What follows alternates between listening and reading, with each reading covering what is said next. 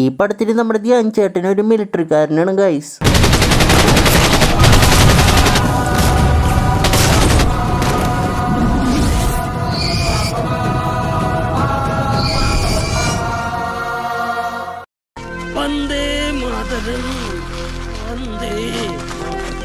പിന്നെ ഈ പടത്തിൽ നമ്മുടെ ധ്യാൻ ചേട്ടൻ ഒരു ജിമ്മനാണ്. നിസ്സാരം നിസ്സാരം നിസ്സാരം നിസ്സാരം നമ്മളെ കൊണ്ട് പറ്റും ഒന്നുകൂടെ നിസ്സാരം നിസ്സാരം. അതെ, രാവിലെ ആവശ്യമില്ലാണ്ട് മുക്കിയിട്ട് കക്കൂസി പോകുന്നു. ഒരു മിനിറ്റ് ഞാനിപ്പോ ഇതിനെ കൊണ്ട് പറ്റും, നീ അടിച്ചോ നിസ്സാരം. ഒരു ദിവസം പാകിസ്ഥാൻകാർ ഒരു പാലം പൊട്ടിക്കും. അപ്പം നമ്മുടെ ധ്യാൻ ചേട്ടൻ അപ്പുറത്തേക്ക് പോകാൻ വേണ്ടിയിട്ട് ഒരു കാന്തം കയറിൽ കെട്ടിയിട്ട് അപ്പുറത്തെ പാലത്തുമേക്ക് അങ്ങ് എറിയും. എന്നിട്ട് മൂപ്പര് എട്ടുകാലിയുടെ പോലെ ഇങ്ങനെ കയർമ തൂങ്ങി ഇങ്ങനെ പോയോണ്ടിരിക്കും. അതിനിടയ്ക്ക് കയറ് പൊട്ടും.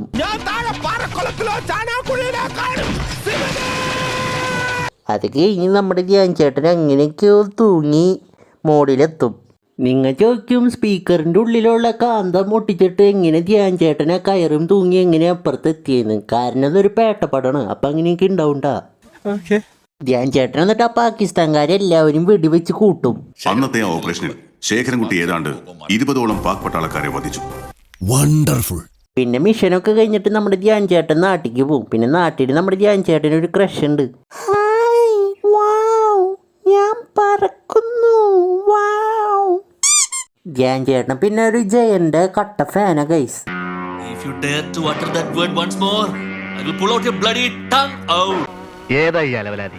അല്ലെങ്കിൽ ഞാനിപ്പോ ആരാ? മലയാളത്തിലെ സൂപ്പർ സ്റ്റാർ ആയനെ. സൂപ്പർ സ്റ്റാർ അല്ല, ബോംബ് സ്റ്റാർ.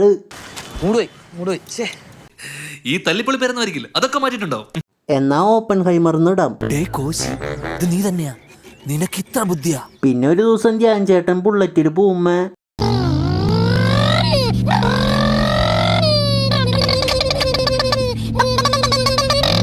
ധ്യാൻ ചേട്ടൻ അവിടെ വെച്ചൊരു ഹോട്ടലിൽ കയറുമ്പോൾ അവിടെ കുറച്ച് പെണ്ണുങ്ങളെ കിഡ്നാപ്പ് ചെയ്തത് ധ്യാൻ ചേട്ടൻ കാണും. എന്നിട്ട് അവരെ രക്ഷിക്കാൻ വേണ്ടി അവന്മാരെയൊക്കെ ഇടിച്ചു കൂട്ടും.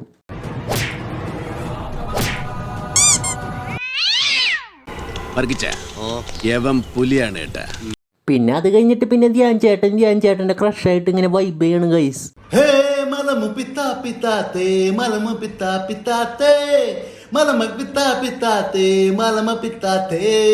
ഹോലി ഹോലി പക്കത്തില് ശരിക്കു രംഗോലി ജോലി ജോലി പക്കത്തില് ഭയങ്കരതോളി ഹലമിത്തി ഹബീബോ ഹലമിത്തി വന്നാലേ ഹലമിത്തി ഹബീബോ.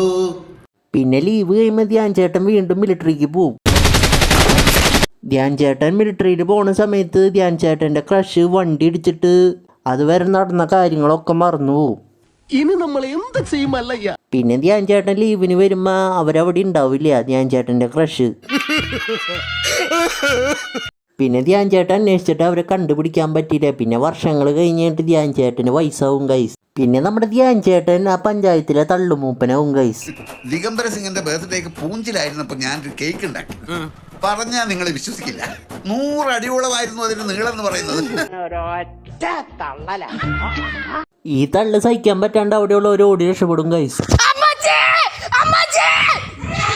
പിന്നെ ഒരു ദിവസം കുറച്ച് പിള്ളേര് വന്നിട്ട് ഒരു ഗുണ്ടകൾ ഞങ്ങളെ ശല്യം ചെയ്യണമെന്ന് പറയും. അപ്പം നമ്മുടെ വയസ്സായ ധ്യാൻ ചേട്ടൻ അങ്ങോട്ട് പോയിട്ട് അവന്മാരെയൊക്കെ ഇടിച്ചു കൂട്ടും.